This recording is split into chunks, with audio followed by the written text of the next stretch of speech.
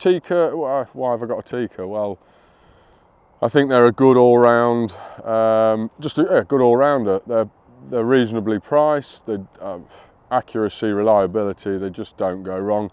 The only time I do have a bit of a wobble is when it gets really dirty, and that could be 200 or 300 rounds. I'll obviously start afresh and it'll be squeaky clean, and I'll check it on the range. It'll be zeroed up a treat, and it'll shoot straight. I do some deer culling as well in a park near here where they've all got to be headshot.